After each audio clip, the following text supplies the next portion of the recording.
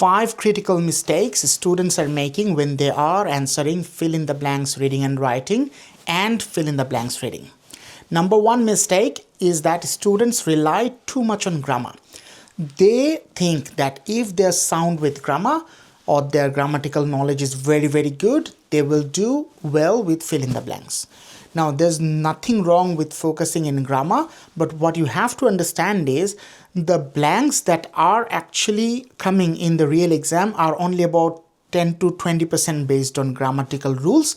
So yes, grammatical rules can give you the edge, but it will not help you in answering most of the questions or blanks. While it is a good idea to understand and study grammar to improve your overall English, but as a technique of answering fill in the blanks, you should not rely that much on grammar. Number 2, trying to memorize vocabulary. Now, there are thousands of words you can memorize.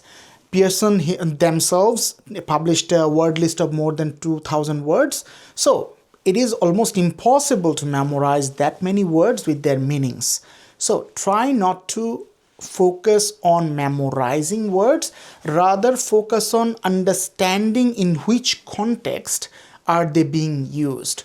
That in which situation you can use particular word and how can a situation can even change the meaning of the word. So focus on context, not the word memorizing of word itself. Number 3, that students focus too much on different types of prediction files and memorizing their answers.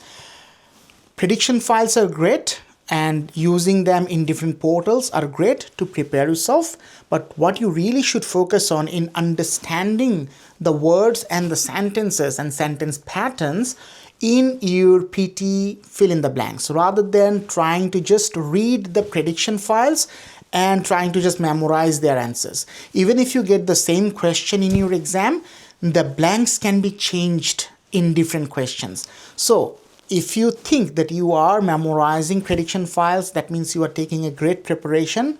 It's actually not right. Next, number 4 is that students actually do not try to understand context. They do not read materials out of the prediction files or the portals. It is a very big mistake. In order to do well in fill in the blanks, it is imperative that you actually understand what you are reading. If you do not understand what you are reading, you won't be able to understand what you should put in a fill in the blanks. So not only do you need to read a lot from your prediction files or practice materials, but you also need to read a lot outside of that.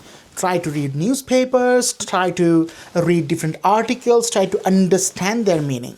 If you are stuck with something's meaning, if something is not really actually coming to your mind, look it up at ChatGPT and that will definitely help you.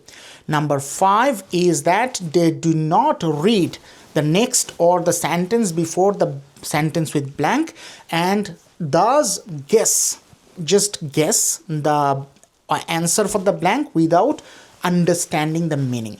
So sometimes you will be able to answer the blank without looking at the sentence after it. However, in most cases, the hint or the clue for the blank will be hidden in the next or the previous sentence. So don't just read the sentence with the blank, read the sentence before it, read the sentence after it, so that you can make a complete meaning of the context and then you can answer. Hope these tips are helpful and hope you will be able to avoid these mistakes that most of the students are making. If you love the video, please like, share and subscribe and stay tuned for the next one. Thank you.